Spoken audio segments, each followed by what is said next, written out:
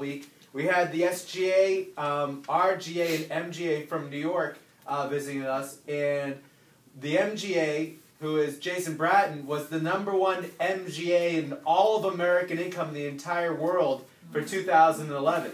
So we've asked them to talk to you guys for a little bit before they have to jump onto their plane. So I guess to get right down to it, please give a warm welcome and a round of applause to Jason Bratin, #1 MGA in American income last year. Yeah. Yeah. That's what I'm talking about, baby. Good afternoon. Good afternoon. All right, so I want to get this meeting rocking today, but I have 2 pet peeves of mine. The first pet peeve is taking notes. So if you don't have paper, grab some paper, take your phones out, take some notes, because hopefully I'm going to give you at least one thing that you can take home at the end of this meeting. And second pet peeve of mine is participation, all right? So the energy I give to you, I need back to me. The energy that I get back, I'm going to give back to you. Is that a deal? Yeah. All right, we're going to play a Flow Rider Pitbull concert here. It's like, we got to make some noise? All right, good. Here we go. So first of all, let me say how privileged, I think you guys are to have the leaders that you have in this agency. Tom and Dave are definitely 2 of the best SGAs in the world. So what I want you guys to do is give them a big round of applause. Let's make some noise together, all right? Let's go, man. All right, so I want to talk to you about 2 types of people that exist in this world, okay? And working at National Income, American Income, I'm going on my 4-year anniversary on August 1st, and I've realized there's 2 types of people that you're going to come across in any part of your life and any career you walk into. And all I know is that perception is 9/10 of the loss. So your mindset and your attitude towards a certain situation will determine your outcome.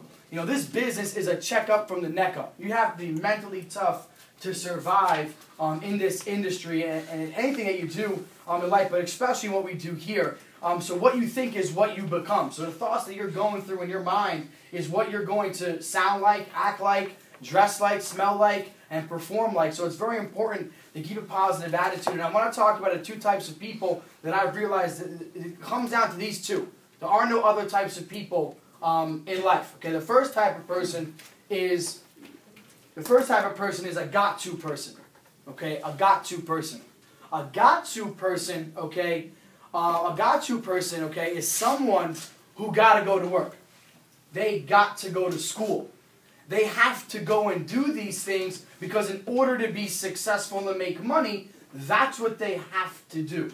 So you're talking about, for example, how many of you have ever walked into a McDonald's after your field day, right? You want to walk in there and get, let's say, a milkshake, and you're walking into McDonald's, let's say, at 9:30, and you're walking, all right, great, I want to get a milkshake. And then the cashier at the register tells you the milkshake machine is closed down. But McDonald's, let's say, closes at 10 p.m. And you say, well, why is the milkshake machine closed down at 9:30 when you guys close at 10 p.m.? It's like the cashier's getting mad at me for asking me to do her job and make me a milkshake, right? Ever experienced something like that before, where you walk into a restaurant and they're not closed yet and they're closing up? But show hands. Yeah? All right, so you guys know what I'm talking about, okay? I like strawberry milkshakes, right? So I get frustrated when the milkshake machine is shut down, okay? You see, they're just going through the motions. They're going to work to get their paycheck, and they're not doing it to the best of their abilities. This person goes through the motions to complete their day. Does that make sense? Okay, so got-to people, right? People who got to just do it just to do it. There really is no passion behind it. The second type of person you have in this life is a get-to person. A get-to person, okay? A get-to person gets to go to work. They get to go to school. They get to work 12 hours a day. They get to make phone calls. They get to get hung up on. They get to be in the field till 12 a.m. They get to work 7 days a week. They get to get world greatest bonus checks. They get to get 3-4 paychecks in a week. They get to work hard. They get to miss their family to provide for their family. You see where I'm going with this? You see all the negatives of our opportunity. You turn it around to a get-to attitude. Your mindset now, yeah, I get to wake up at 7 a.m., get into the office at 8 a.m. to start recruiting and start making my calls. I get to do that. I have the privilege to work, no matter what job it is. Am I making sense to you guys? Is that clear? Okay, so when you're a get-to person, your mentality is totally flip-flop from a got-to person. Well, when I was a server at ESPN's, when I graduated from Towson University down in Maryland with a major in sports management and minor in business, and when I was down there, I was a waiter. They call it a server. You know, ESPN is owned by ABC. ABC is owned by Disney. Disney has this whole corporate training that we're not waiters, we're servers. So when I was a server at ESPN Zone, I said to myself, when I'm 26, man, I'm going to own a restaurant. Right? And obviously, I didn't really understand success and how hard it takes to do those types of things. But my mentality was, I'm gonna be the best server I could possibly be. If I gotta bust the tables, I'm gonna bust the tables the best way I possibly can. Because I chose that job. I chose that career. I can't complain that someone gave me a $2 tip. I chose to do that. If you're going to do fries, you better make the best freaking fries in all of Florida. Right?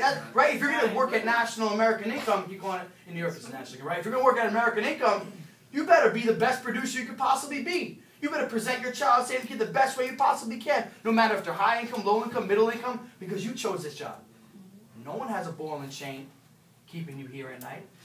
During the day, you chose it. So you have to have that get-to attitude and drop that sour attitude and that nasty attitude and appreciate what type of opportunity you have. And I love this line. I love it so much. You must dream big, but do small. You must dream big, but do small. All the little things will eventually add up to you achieving your dreams and goals. So you must dream big, but do small. Got to people will never be successful. They will never make anything out of their life. Get to people, understand the mindset, and will rock the deal in every aspect because you have the mundane. You have to master the mundane in order to enjoy the glorious. You have to master the making your appointment. You have to master door knocking. You have to master voice inflection. You have to be a top producer before you're a top producer. You don't just start acting like a top producer once you become one. You understand what I'm saying? I wasn't the #1 MGA in the world when I became the #1 MGA in the world. From June to December, I was telling my team, we're the #1 team in the world. We're in 6th place, 5th place, 4th place. We're #1. That's the mindset we have to be in. If you want to make professional money, you have to walk, talk, act, dress, smell like professionals. Right? That's what I'm talking about to you guys today. So the get-to attitudes what we all need to adopt. And I'm not saying you guys are not adopting that attitude, but I'm sure there's a few of you who might be a little down, a little demotivated, but it's about changing your mindset a little bit and understanding what it's going to take to get to that next level. Does that make sense? Yes. All right, perfect. Who said that loud yes? Top producer. Susan, man. Yeah, let's go, Susan. That's it. Let's give Susan a big round for that energy, baby. Let's go. All right, cool. Now, I want to end off with a story, and some of you might have heard this story before. One of my biggest motivators, Eric Thomas, they call him the hip-hop preacher. If you don't know him, Google him, YouTube him. He is phenomenal. I get a lot of my stuff from him.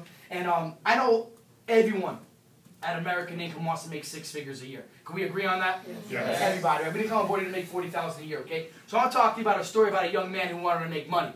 This young man wanted to make money, and he heard about a guru who had the secrets to success, who made a lot of money. He wanted to find out where this guru was. So he called the guru up. And he called the guru up and said, Guru, I want to be on the same level you're on. Okay? And the guru said, if you want to be in the same level I'm on, I'll meet you at the beach tomorrow at 4 a.m. The beach? Yeah.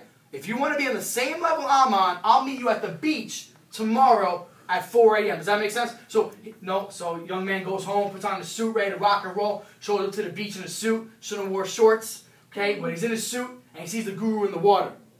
He says, man, this guru, man, I want to make money. He's coming out here trying to make me become a lifeguard. I didn't come out here to become a lifeguard. I came out here to make money, to learn how to be successful. The guru said, well, I thought you wanted to make money. The young man said, I do. He said, all right, just come on into the water. So the young man goes into the water. Water hits him on the knees. He gets a little wet. He says, oh, man. He said, if I come a little further, walks a little further, water starts hitting him on the waist. Okay? I mean, I'm getting out of here, man. This is crazy. I mean, you're making a lot of money, but you're crazy. I can't do what you do. He said, well, I thought you wanted to make a lot of money. I said, I do. He said, well, come on a little further. So water comes. He walks a little further where the guru's at. The water starts getting him in his mouth. He said, come on a little bit further. So the young man comes to the guru. The guru takes his head, dunks him under the water. He's holding him down. He's clawing. He's scratching. He's trying to get up. He lifts the young man's head out of the water, and he says to him, when you were underwater, what did you want to do? When you were underwater, what did you want to do? Want to help me out with that? Survive. Not survive. What was that? That B word? Breathe. When you were underwater, what did you want to do? He said, breathe. When you want success as bad as you want to breathe, then you'll be successful. When you want success as bad as you want to breathe, then you'll be successful. How many of you have asthma in the room today? Asthma? Any asthma in the satellites? Yeah. Asthma, okay. So when you're having an asthma attack, right? SOB, shortness of breath, right? All you're thinking about is that fresh air. You're not thinking about the heat gain. You're not thinking about your family. You're not thinking about the club. You're not thinking about what Kim Kardashian and Kanye West are wearing. You're not thinking about anything. The only thing you're concerned about is some air. When you want success as bad as you want to breathe, then you'll be successful. Most of you say you want success, but you kind of want it. You don't want it bad. I want to be successful, but you don't want it as bad as you want to party. You don't want it as bad as you want to sleep. Some of you love sleep more than you love success. You see, if you want to be successful, you have to be willing to work on 2 hours of sleep, 3 hours of sleep. Sometimes you have to go 3-4 days without sleeping. Because if you go to sleep, you might miss the opportunity to make your dreams become a reality. See, I want to talk to you about Beyonce. Everyone knows who Beyonce is, right? One time they were talking to Beyonce about how she was on the set doing her thing. And 3 days have gone by, and she realized she didn't even eat. She didn't eat. She was so engaged in what she was doing, she didn't even eat for 3 days. She drank water, coffee, whatever it was. That's what it takes to be successful. There was a research done, an interview done on 50 Cent. It was Curtis Jackson, right? Okay, 50 Cent. They asked him, so 50, you know, you're doing a movie, you're doing an album, you're doing a soundtrack. He says, 50, when do you sleep? He says, sleep. Sleep are for those who are broke.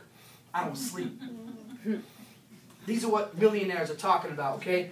I have an opportunity this big to make my dreams become a reality. If I go to sleep, I might miss that opportunity. You guys follow what I'm saying right now? You have opportunities coming to agency meetings, 90-day meetings, training sessions, field training, whatever it is. If you miss those little opportunities to show up for those meetings, all you're doing is you might miss that one line, that one close, that one different way of presenting to get you over that hump. Am I making sense to you guys here? Yeah. How many of you are football fans? Football fans? Okay, everyone knows what Emmitt Smith is? Dallas Cowboys? All right, cool. So Emmitt Smith, right? Emmitt Smith, he won the Super Bowl back in, it was 92, 93. He did a commercial for Reebok. And while he was doing a commercial, okay, Emmitt Smith was talking about, he was doing some bench presses on the commercial. And he's talking about how he just won a Super Bowl. And he says, oh man, I just won a Super Bowl. I can rest now. Puts the bench up, brings it back down. He goes, I won a Super Bowl. I can rest now. Pushes it back up. Boom. I can rest now. Boom. What he's talking about, he's won a Super Bowl, and he's rested for 2 seconds.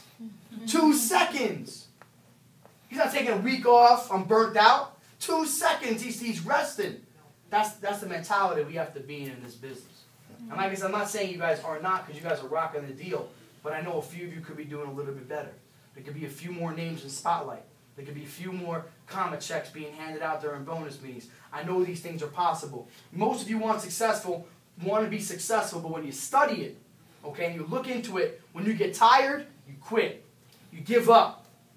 Because, I had someone come into my office the other day crying at me, right? And they're crying about, how they're struggling, whatever the case is. I told them, don't come to me to cry to give up.